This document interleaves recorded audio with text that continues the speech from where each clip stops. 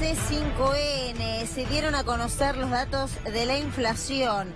En abril la inflación aumentó un 3,4% respecto de marzo y un 55,8% cuando uno lo compara con abril del 2018. Esta es información del INDEC, información que se dio a conocer hace instantes, y tenemos que hablar de un nuevo mes con inflación mensual que supera el 3%, un poco menos a lo que se dio a conocer en marzo, pero aún muy elevada.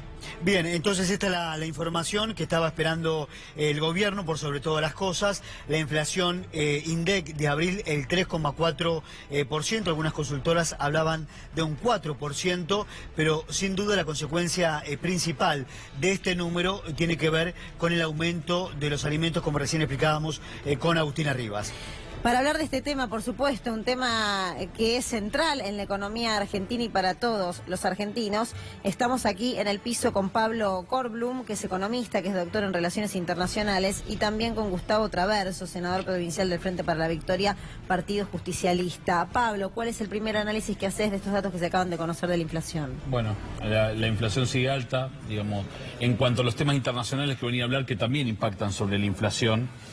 Justamente la guerra comercial de China y Estados Unidos no favorece a nada en términos de lo que puede ser una devaluación de la moneda del yuan y la suba de precios a nivel internacional, digamos, ¿no? La devaluación de la moneda, devaluación del peso argentino, y también esto va a impactar lamentablemente en la inflación, como creo que se puede venir en los próximos meses. Ahora, senador, algunos oficialistas se ilusionan con este número y dicen que si el gobierno logra de aquí a octubre bajar algunos puntitos de la inflación y contener el dólar, Macri va a ser reelegido. ¿Cree en esa versión oficialista?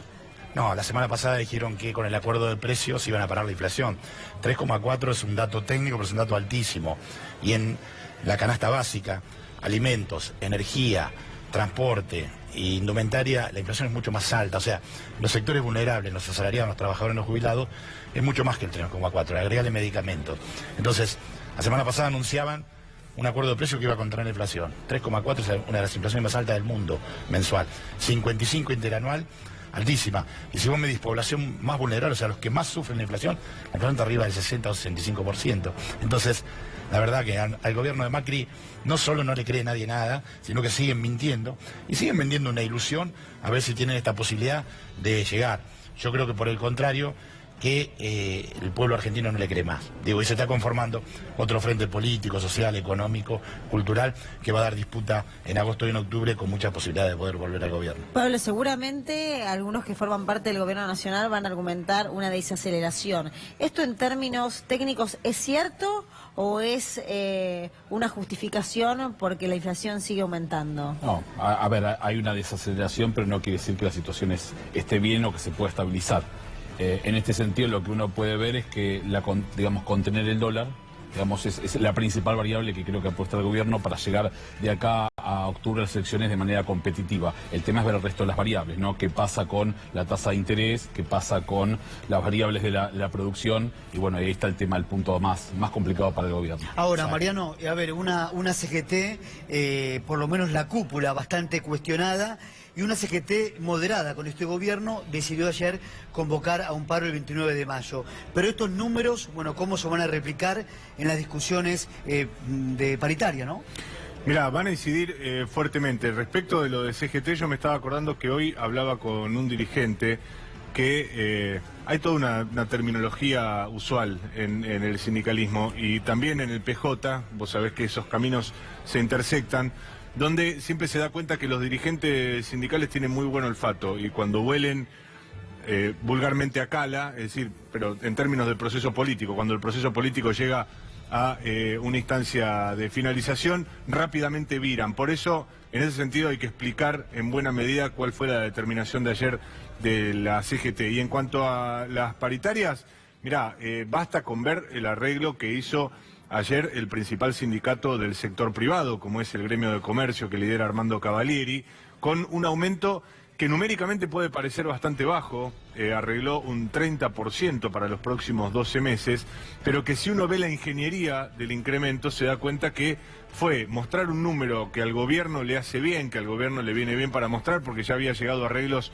en torno del 28% con los estacioneros y también con los trabajadores de los frigoríficos, pero que ponen de alguna manera una salvaguarda a los trabajadores. ¿Por qué? Porque genera aumentos bimestrales, es decir, cada 2 meses va a haber algún tipo de incremento salarial y adicionalmente a eso va a pautar con una cláusula gatillo, que era algo que el gobierno no quería para este año. Por eso es clave ver de qué manera va a incidir este acuerdo, más allá de, insisto, de lo numérico. El 30% claramente está muy por debajo de cualquier previsión, incluso del Fondo Monetario Internacional y de cualquiera de los privados. Pero la idea de aplicar nuevamente la cláusula gatillo, que durante 2018 había desaparecido por completo del escenario de negociaciones, me parece que es lo que va a marcar la pauta para este año. Fernando Alonso está en comunicación telefónica con nosotros, análisis económico de los datos que recientemente se dieron a conocer y también para cotejar información que tiene Agustina Rivas del desagregado, del detalle de estos números de inflación. Fernando, ¿cómo te va? Buenas tardes. ¿Qué tal? Buenas tardes, Luciano. Un gusto, como siempre, estar con ustedes. Vos sabés que estaba repasando los números que recién acaba de difundir el INDEC y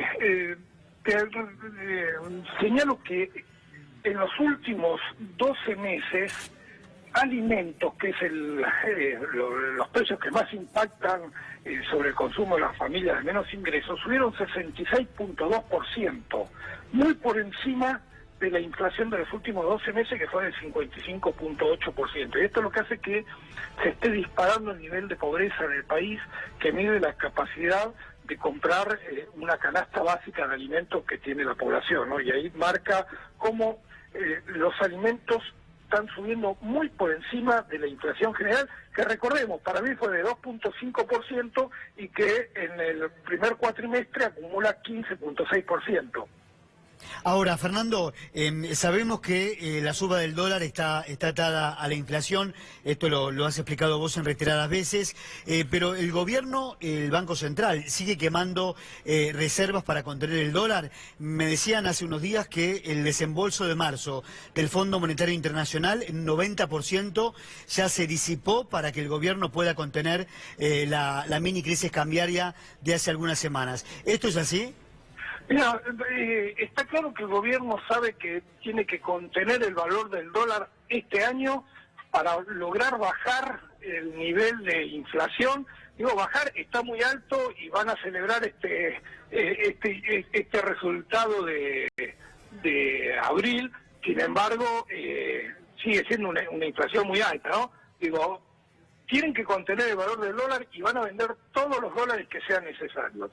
El Tesoro está vendiendo a un ritmo de 60 millones de dólares por día, ya lleva vendidos unos 1.200 millones de dólares desde mediados de abril que empezó con esta política. Tienen además en negociación un nuevo acuerdo con la Reserva Federal o con un grupo de bancos internacionales. Están viendo cuál de las dos opciones logran cerrar para acceder a una línea de crédito que se estima que puede estar entre 10.000 y 20.000 millones de dólares, que también lo van a poner sobre la mesa para garantizar de que no se les escape el dólar. Van a hacer todo lo que sea necesario, el gobierno va a vender todos los dólares que sea necesario, incluidos los del FMI, para evitar que se le dispare el dólar en toda esta etapa preelectoral. Hay que ver qué pasa acercándose al 22 de junio, cuando se conozcan las alianzas electorales y estén claros quiénes son los que van a competir, porque además cerca de esa fecha vencen algunos bonos en dólares por montos, en pesos por montos importantes, por cerca de 100.000 millones de pesos, que se estima que van a convertirse en dólares, así que va a haber una presión extra. Así que, Adrián, está claro que el gobierno va a vender todos los dólares que sea necesario. Los 10.800 millones que entraron del FMI ya prácticamente se fueron todos, se fueron 10.000 millones, más del 90% ya se utilizaron para pagar deuda y para vender en el mercado, y van a hacer todo lo que esté al alcance para intentar que el dólar se mantenga calmo en toda la campaña electoral y evitar el impacto que eso tiene en la inflación. Es un doble impacto, porque tiene el impacto sobre la inflación y el impacto emocional sobre los votantes, que cada vez que se dispara el dólar saben que se avecina otra crisis y por lo tanto se alejan del voto al oficialismo.